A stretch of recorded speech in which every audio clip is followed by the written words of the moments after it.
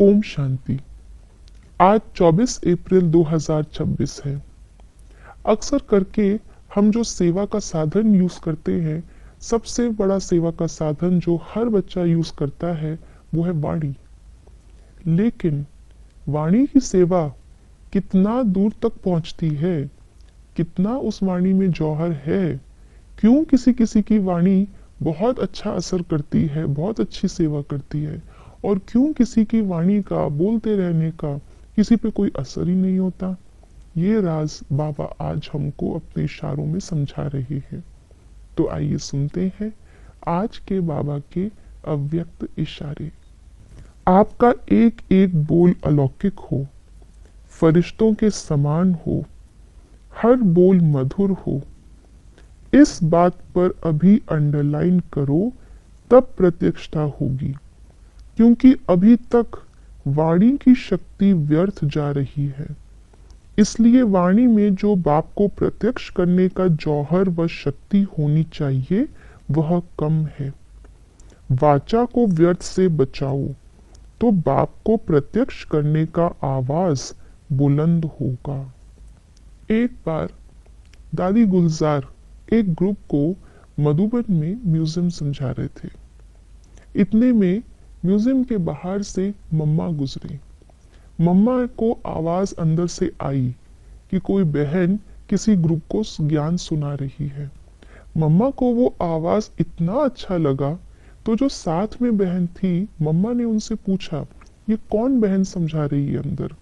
इतना मीठा बोल रही है, इतना प्यार से ज्ञान समझा रही है, इतना रूहानियत है आवाज में।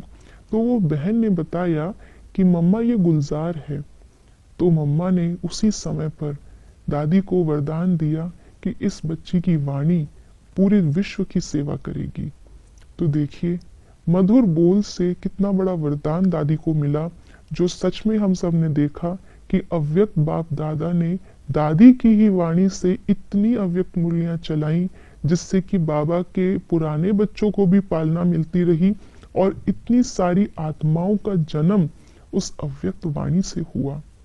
इतनी सारी आत्माओं को बाबा का ज्ञान अव्यक्त मूल्यों से मिला।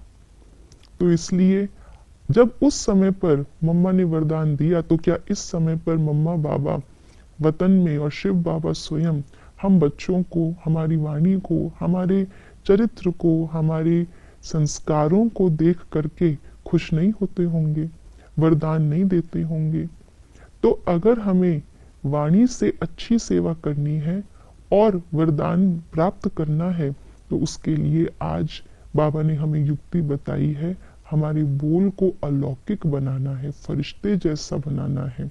अलौकिक यानी कि आत्मिक भाव से, आत्मा के गुण, शांति, प्रेम, सुख से भरे हुए बोल हों, ज्ञान से भरे हुए बोल हों, दूसरों को शक्ति देने वाले बोल हों।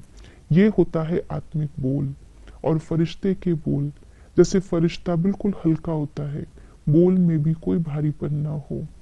तो इसके लिए बाबा ने हमें जो शिक्षाएं दी हैं, उन शिक्षाओं को हमें धारण करना है। हमेशा ज्ञान बुद्धि में टपकता रहे तो मुख से भी वही ज्ञान निकलता रहेगा। जिस समय हम ज्ञान सुना रहे हैं वाणी से, उस समय तो ठीक है, लेकिन उसके आगे पीछे बाकी समय में वाणी क्या कर रही है? अगर हल्के बोल बोल रही है तो वाणी की शक्ति जा रही है। तो जिस समय पर ज्ञान सुना रहे हैं वाणी से, उस समय शक्ति वाणी में है ही नहीं, क्योंकि आगे पीछे साधारण बोल में शक्ति गवा दी। तो वो ज्ञान वाले बोल भी दूसरे पे कम असर करते हैं। इसलिए अगर वाणी से प्रत्यक्षता करना है, तो पहली बात तो अपनी वाणी को कंजर्व करें, व्यर्थ जाने से बचाएं। और दूसरा, उस वाणी के अंदर शिव बाबा के, मम्मा बाबा के वरदान प्राप्त कर लें अपने मधुर बोल के साथ। ओम शांति।